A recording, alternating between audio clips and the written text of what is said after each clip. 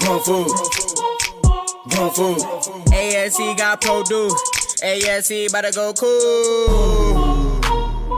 Hey, welcome to Food Moves the World podcast. I'm your host, Nicole. Today I have joining me is Michele. Michele, hey, how is it going? Can you introduce yourself?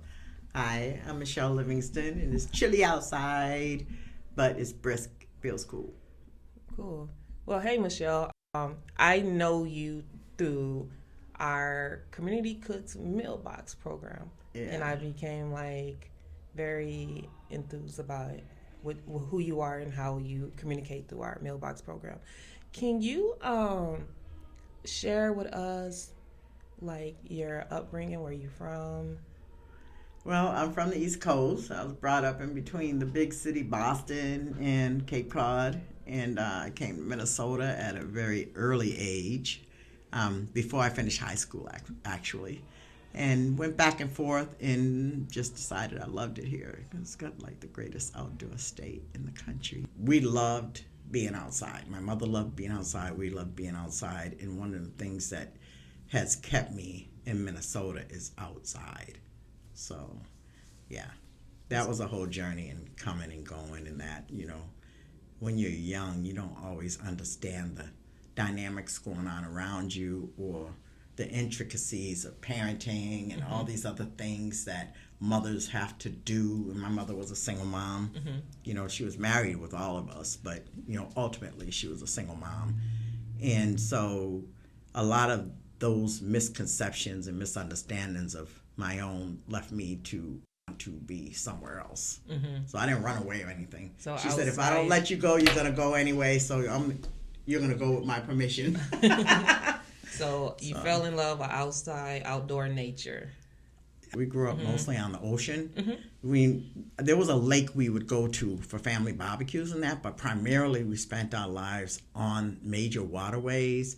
And my family comes from Cape Verde. The root of my family comes from Cape Verde, which is the Atlantic. And so growing up, we learned this thing from our elders and our grandparents, my mom, and everybody, that the water had this energy and this closeness that brought us close to where we came from, even if it was thousands of miles over.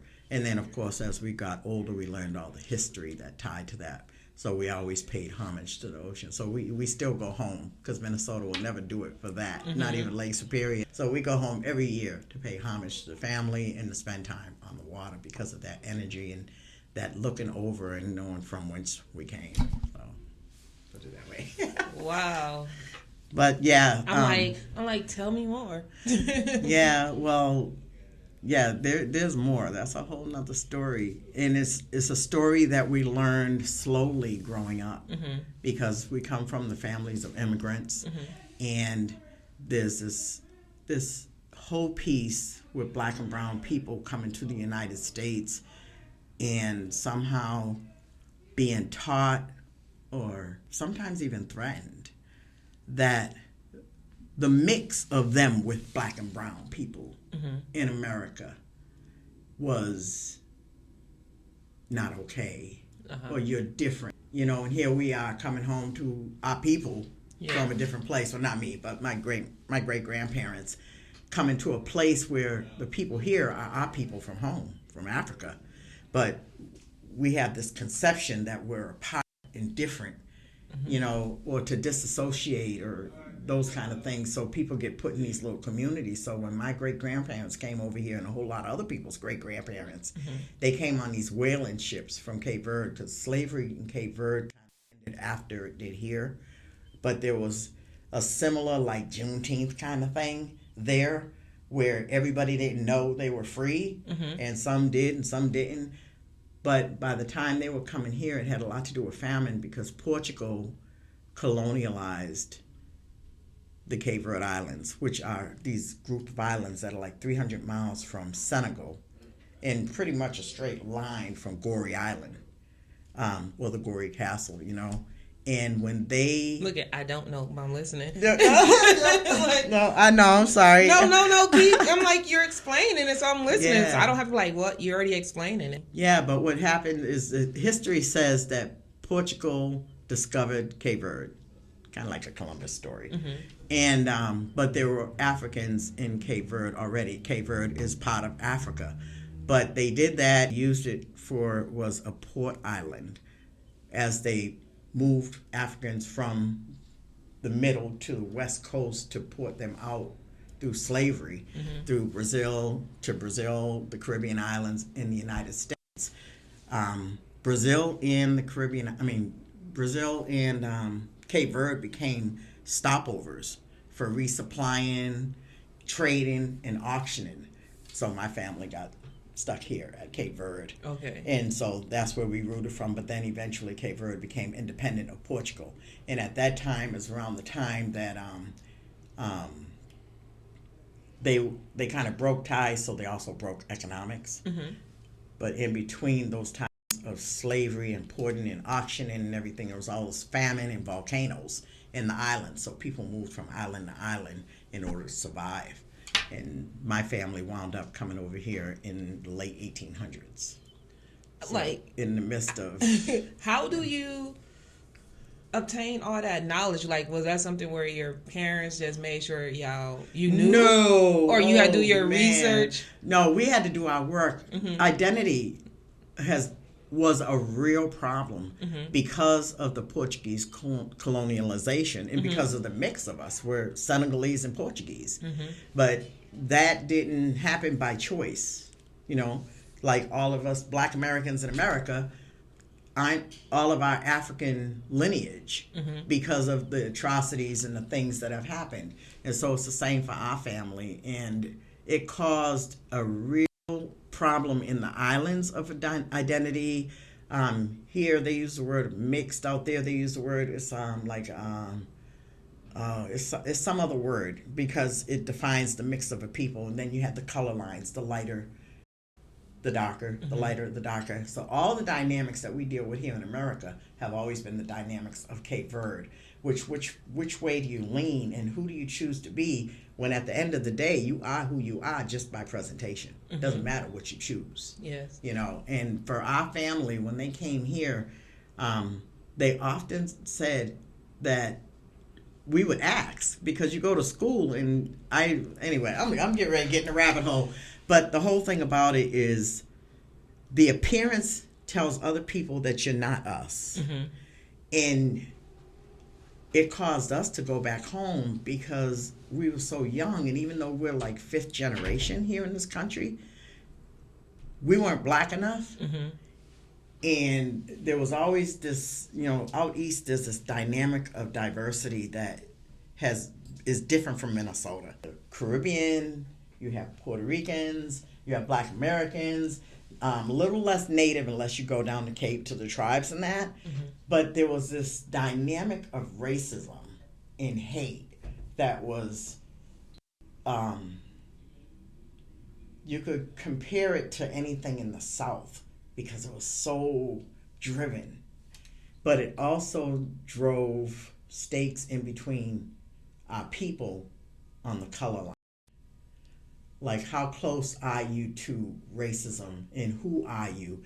And when we were growing up, my mother was telling us that we were Portuguese. And back in those days, when you get in the classroom, you don't do all the paperwork and everything. And I'm look at that.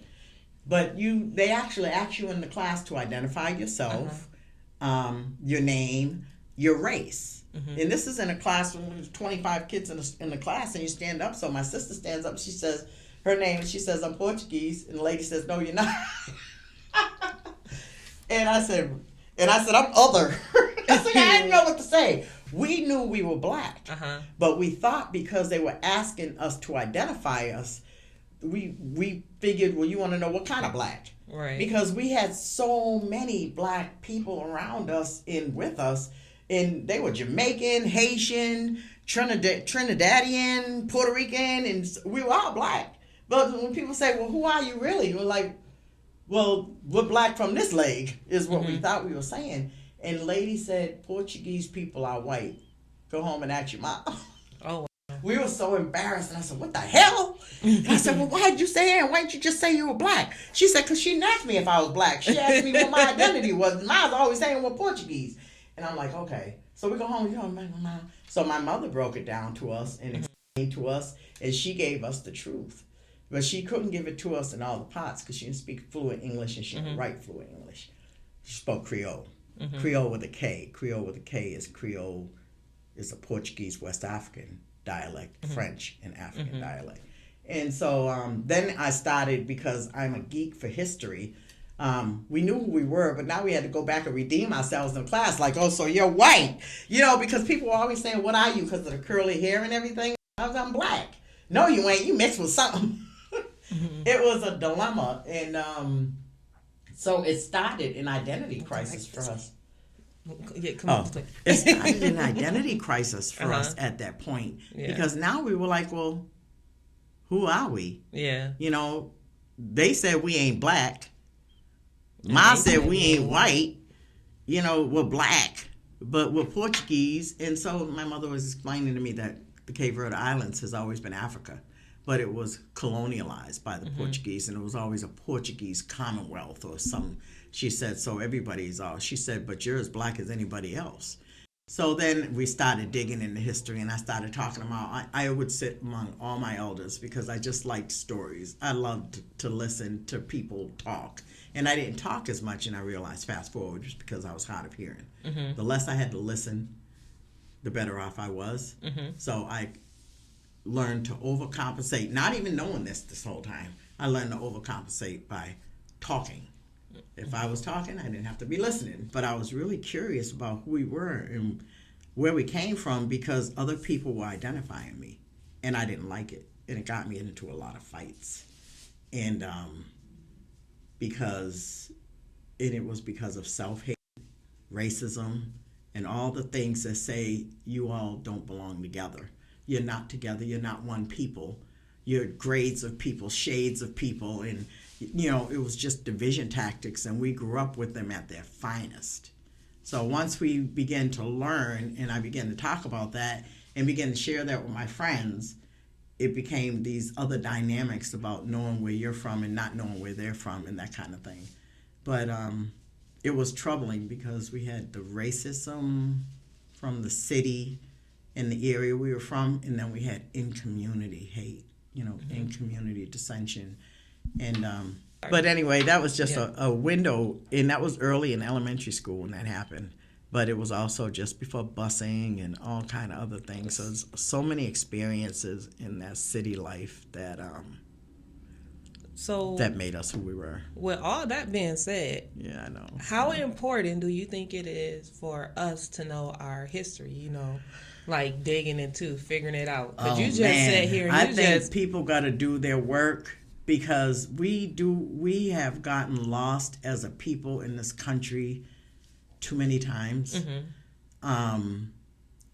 more among each other than in any other way. So as we deal with dynamics about racism and supremacy and all of this today, I really talk about it from a different perspective because people have lost the root of them. And not just all of us, but white folks too, because that's how they created supremacy. My frame of mind, I'm thinking from all the research and reading and experiences I've had, is that they lied to them first because they said you're white, which collected all of them around the world. But us being black doesn't collect us. And that just popped in my head like, so you're dark skin, I'm light skin. We're the same, but the world has told us we're not. We're degrees apart from each other by shades, sometimes by experiences. So then, you go over here and you go over here, and then the caramels go over here, and you're too light. We don't know, you belong over here. And that dynamic has really eaten up our community for centuries here. But the reality of white supremacy is it began with them. It's never been a black problem. It was always a them problem that became and sucked us up into it because they told them they were white first. So a lot of times I'll sit and I'll talk to white people about supremacy, and they just can't wait for me to say, because you guys and y'all are racist and it's you, it's not us, and you're the problem. And the first thing I say is I ask them who they are, and they give me their name, and I say, but who are you? They say, well, and they're confused because in that moment they're lost about who they are. And I say, well, this is who I am. And then I'll tell them a little bit about me, and they'll be like, oh, and it's such an interesting conversation. But how about if I was just black? How interesting would the conversation be if I was just black or not black enough? And then they're confused again. But my whole point is they don't know who they are. They don't know if they're Russian, German, Irish, Dutch, French. They don't know where they come from. Then they'll begin to reflect on grandparents and be like, oh, well, I know my grandma, and we always ate this. I said, you ever ask yourself why you eat so many root vegetables? That says something about where you come from and who you are, what you eat, what your diet is, how, what are the dynamics and what places and value systems do you operate from? That's all root related. I said, but you wouldn't know that because they robbed you first. But you think you robbed us. Wow. And I said, so white, what's white? I said, really, what's black? But what is white? They stole your identity by giving you privilege and white privilege, and you walk among it, and you wouldn't give it up for anything in the world. Because then you have to claim who you really are. And then do you become divided? Because you're German and not Irish? Ms. Livingston, you getting deep. Yeah, but yes. it just kind of went off in my head one day. Like, white people don't even know who they are, but they think we don't know who we are. We know who we are. See, the thing with us is we know who we are and where we come from. We just can't point to regions, tribes, dialects, language, cultures, values, language in direct relation, because Africa's a whole damn continent. And unfortunately, I'm sorry. Unfortunately, even we aren't cognizant of that sometimes. Like here in Minnesota, we have a huge Somali population. And a lot of black people don't affiliate them with being African. Well, because they said they're from the East. Well, we got to go back to division tactics again. So they're from the East and then the Middle East. Does that not? They're still in Africa. They're still African. But Somalis have curly hair too. So what have we told ourselves and believed about C4 hair versus curly hair and heavy hair? We don't know anything about climate, evolution. And I'm a geek for things that make things the way they are. I want to know, how does it work? Why is it? Why is this that way and why is that way? And I think that as a people ourselves, if we begin to know us, really dig deep into each of us, then we collect us back to where we came from. Here, we don't have to go back there to do that. We need to do that among ourselves and begin to see that evolution is us and everything has evolved from us, and that there are reasons that all of us are different, and that, yeah, we all do come from Africa, but from where in Africa? Africa is like 3 times the size of the United States, but we wouldn't know that from a map. We'd have to fly over it and say, wow, it's taking like days to get from one there. Yeah, it only takes a few hours to get from the north to the south over there. But these are all perceptions that have fed us early on. So there were master designers who knew that ideas and ideals could perpetuate even long after the person put it in motion. But if you have to be present to keep something going, it's going to die. But if you can just plant the seeds, it'll grow, and we'll each harvest it not knowing, like squirrels, that we are just replanting and flourishing things that are unhealthy. So now we need to go back there and dig things up. And you sure you're around. not a history teacher? I'm not just a history buff. Because if they said, could you lay out the facts, I'd be like, well, I know it was around this time, and then I don't have I wouldn't say I was a history teacher. But I think you know enough to teach us about where we can start. Yeah, where we can start. Because some people, it's like, we can start by facial features, things that I've watched and looked at. And I have these really high cheekbones. I'm like, where they come from? We start asking ourselves questions. And then as we study people from Africa and pay attention to them, because we have them all over Minnesota. We have the second population in Mogadishu for Somali. And we have the second population in Liberia. And then we have sisters, So the things is the shapes of our faces, the layers of our skin, the textures of our hair, all kind of help us realize regions by knowing people who are direct from the mainland. You're seeing yourself, but some things don't go away. Some things are super prominent, and we still have all those things. So it doesn't have to be through DNA. It just has to be relational. We just have to talk to each other, spend time with each other, and realize that, wow, we do that too. Well, where did that come from? Well, this gives me an idea where it came from. because you don't have to go to the mainland, but do you have to connect with mainland people? Yeah. We need to stop separating ourselves by our cities, our cultures that we think are so different but are so similar. And when we started learning about the foods we ate when we grew up and why we ate them, with the famines and the corn and fish and different things, we learned that the reason we ate so much fish is because the islands are on the water, so that's where they got their meat from. That corn and maize during the famines, there's this dish that we eat, and it's a celebratory dish now, but it was poor people's food. It's kind of like same thing. Why was it considered poor people food? Because it was all that they had. I mean, but wasn't it fresh? It was corn, maize. It looks like cow feed. It looks like animal feed, but it's like different levels of corn. There's all different kind of corns. We call it samp, but it's called harmony at the store. But it's called samp in the islands. And I don't know if that's because of the different sizes. And we were talking about this the other day when I was talking to my cousin. She goes, they don't have it out here. I said, they have it, but it's a finer break. And then when I went to the, this is like off topic but on topic, I went to the Asian Festival, I think it was called, at Northtown a few weeks ago. And a couple of months ago, I think it was. But they had this crushing thing. You have the mullet, where you're smashing grains. Well, they had this big one where you step on the thing and smashing it, and he was telling me how they worked it. I said, I don't know why we don't do things the old way anymore. We get all these gadgets and everything, but if you just have one of these, it's wood, it's natural, and everybody in the family gets to break it up, and people learn how to make the food. Well, he was talking about a certain type of grain that they use in Asia, in different parts of Asia, and it made me think of cachupa. That's the name of the dish. Now, there's two names. There's cachupa, and then there's manchupa. Manchupa is for the Portuguese. Cachupa is for the Africans. So just like we have the color lines out here, we have them in Cape Verde. About where are you on this scheme of things? So manchupa is where the really, really different islands there's 10 islands, but a couple of islands referred to as manchupa, and then the southern islands refer to it as cachupa, and it actually starts fights. Like it's cachupa, it's manchupa. Well, I'm not eating that manchupa. I'm gonna have cachupa. But isn't it's a dish that was highly experienced during the famines when they had less meat and less food. So they had the corn grains, beans. It would be yucca or munyucca, yams, greens, and then the meat. The only meat that you could get mostly hog. So it was real yams. Oh yeah, not these sweet and you potatoes. know what, girl? When I realized what a real yam was, they're this big.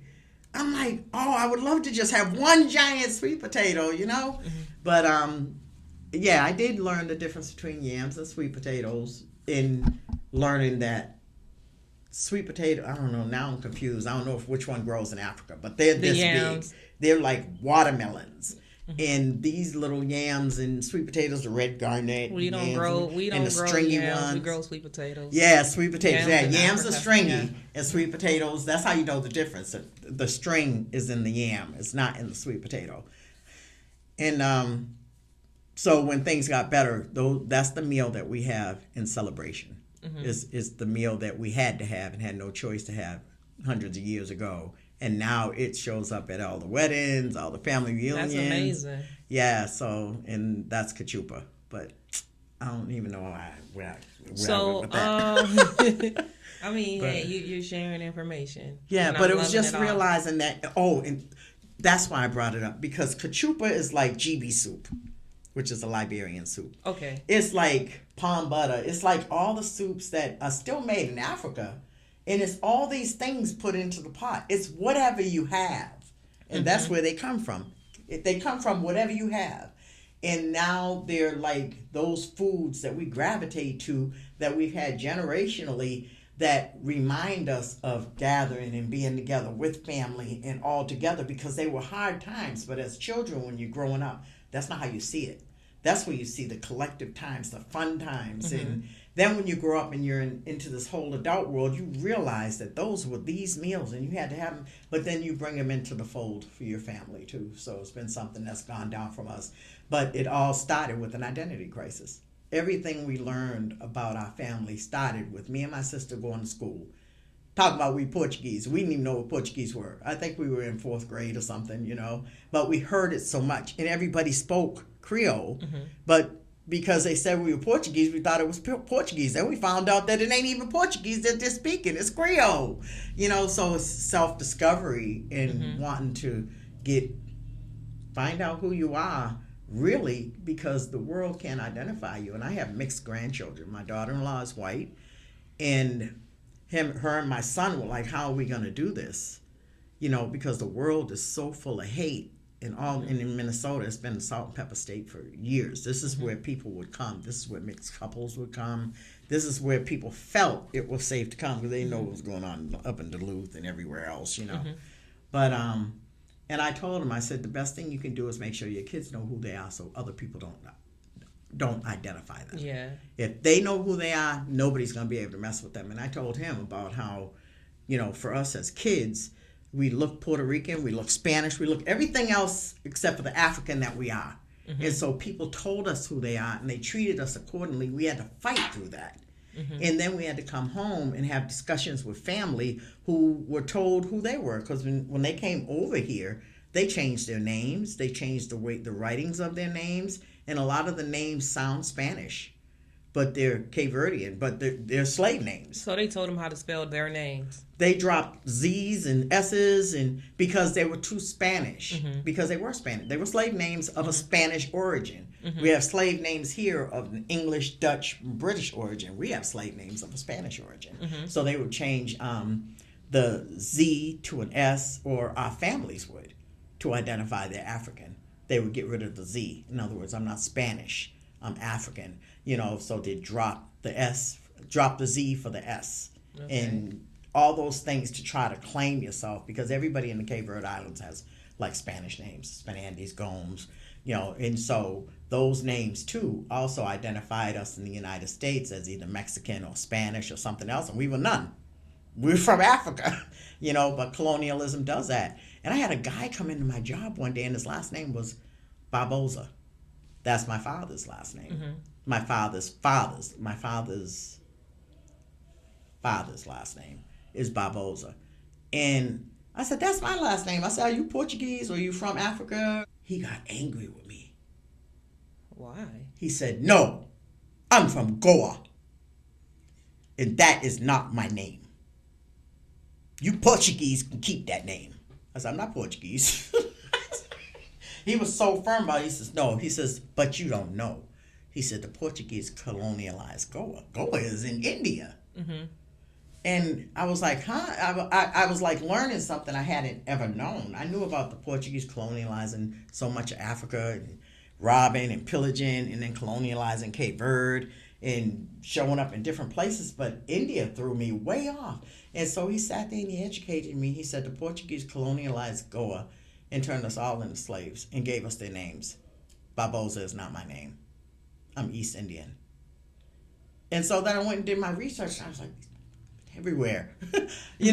Stealing from everybody. Yeah. And so there's a lot in a name. And when you start looking at your name and following it back, now right now my name is Livingston by marriage. And I followed my husband's name, and I found information for them too. And it's like, if you can follow your name, because there was a time when the country was so small, the names all came from this bucket, and if you can follow that name back on either side, you'll follow it right to the East Coast. None of us are from the West. We all came in through the East.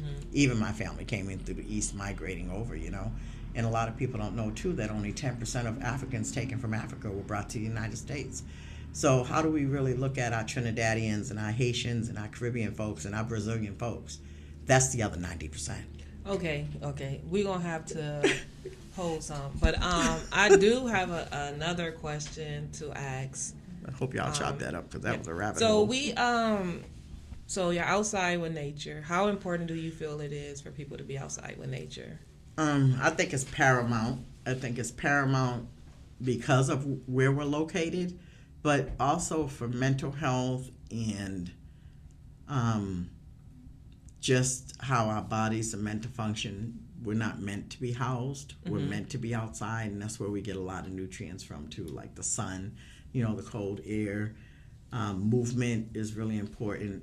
When I was raising my kids, I would say I spent a lot of time outside with them, playgrounds, activities, all that kind of stuff. Barefoot? Barefoot, Okay. yeah. I got messed up feet from being barefoot, but I wouldn't trade it. Barefoot, and sometimes they would be barefoot too. But the things between my childhood and growing up and my kids growing into their teens, it was after that I got back outside more often, and it was more because I needed it for my mental health. We had experienced some real tumultuous times in our lives, and I always found that when I was outside, I felt better if I walked, if I just went and did something. But for me, it couldn't be the concrete, because I have a real detest for city life. I'm really a country girl who grew up in the city. And so I always had to find parks to go walk in, or somewhere softer for my feet, or probably because I like being barefooted. But concrete, we did a lot on it, but I found that if I could just get outside and catch my breath and breathe and hear things other than cars and people and noise and violence, that I could calm my body enough to just be present and get to the next day. And the more I discovered that, the more I did it. And then I began fishing again, and we grew up fishing too. And that's when I began to find out that we had so many lakes. 10,000 lakes just never clicked. Some things just don't click till they click.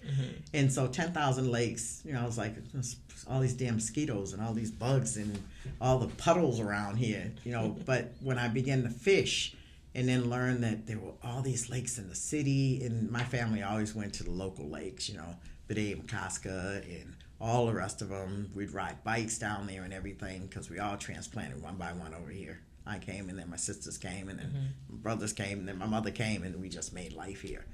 And but during the hardest times of my life, I found respite outside, and I wasn't connecting the dots all the time.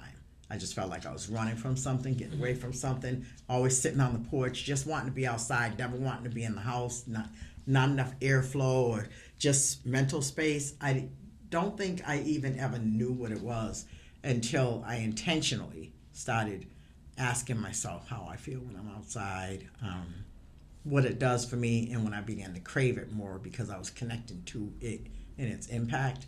And so over the last, I would say, probably 15, 16 years is when I've spent the most time in my life outdoors. But it took me all the other times being exposed to it to really connect that. And so now it's like a have to, it's a must. If I don't get outside, I'm going to croak, because I can't breathe, and I really feel like I can breathe when I'm outside. And there's just something really special about getting away from noise and chaos in our busy world, in our busy life. Pulling yourself away from the things you got to do at home, pulling your kids with you if you gotta, or even going so that you can get it, so you can come back a little more wholer. So for me, it just allows me to move, because I notice that when I sit still, I don't feel good, and I don't feel like my body's moving or flowing. But so what would you tell the people to what? Go outside and breathe. Go Yeah. outside and breathe, even if you just walk around the block. And it started with that, because I have a lot of physical problems. And I could not do the things that I'm doing now because of those limitations. But the more I pushed myself to my capacity, and the more I just kept pushing, and it was painful sometimes, it was emotional sometimes. I would show up in spaces, because there are so many people here in Minnesota that do get outside. But during COVID, I think we discovered more about outside and more about other people getting outside. Because you think you're the only one getting outside sometimes. I used to think nobody in my family want to go out. Would go to the lakes and do all of that, but nobody wanted to go on like a real hike or But go now they camping. And I've gotten them out a few times. They're still not as outdoorsy as me, but I have done some really big family camping trips, and so everybody in the family has had the experience. That's great. Yeah. So I have a final question to ask you. Okay. Your legacy. What would you want to be remembered by? that's funny. I was thinking about that yesterday because I read something that said, what would the things people talk about, what will they say about you when you're gone? And, I guess I really don't have a solid answer for that, but I would want people to say, I would want my legacy to be that I chose to live every day. Mm-hmm. I chose to get busy living, because you can get busy dying. You can let stress suck you up. You can let turmoil tear you apart. You can let dissension and all the things you're up against in the world and the everyday chaos and the disagreements and the who likes who, don't like who, and everything kind of rule your life. And for me, that's getting busy dying, because now you're so busy living outside of yourself with all your perceptions and your thoughts and projections from others that you're not present. You're not present or making choices for yourself. They're being made for you, when you allow those things. And I wouldn't say I was always there, because I've been very dictated by what people thought about me and how people felt and all, but going outside gives me space for introspection and self-reflection, because you're listening to sounds and birds and all these things and the trees and the wind, but then whether you know it or not, you're also listening to yourself, and you're having a battle with your thoughts, because you have all this space to do so and this peace to do so, and you get to work things out in your mind and ask yourself and tell yourself, so I don't know, for me, I would say I would just hope people would think that, well, I don't know. You don't know, so it's like, come back. I don't know. I ask you again, right? Yeah, I would want my legacy to be my kids for sure, because that's where I poured my whole life. But okay, I would want people to say, I would hope that people would say, well, she kept it real, and she been telling us to go outside, and she was always outside, and I don't know. I guess. Well, we're going to take that question. We're going to take that as it is. So, Yeah. I want to say thank you for joining us today. It was a pleasure here having you and hearing your story, and you educate me on a park. A park. Was it a park? Or it was a park. Park. The park, yeah. The park, this conversation. It's like the PAK without the I, but sometimes it really comes out if I'm talking a lot. Yeah, so I just want to say sorry. thank you for joining me, sharing your history and your story, and it was a pleasure. Go food. Go food. ASC got produced. ASC about to go cool. We gon'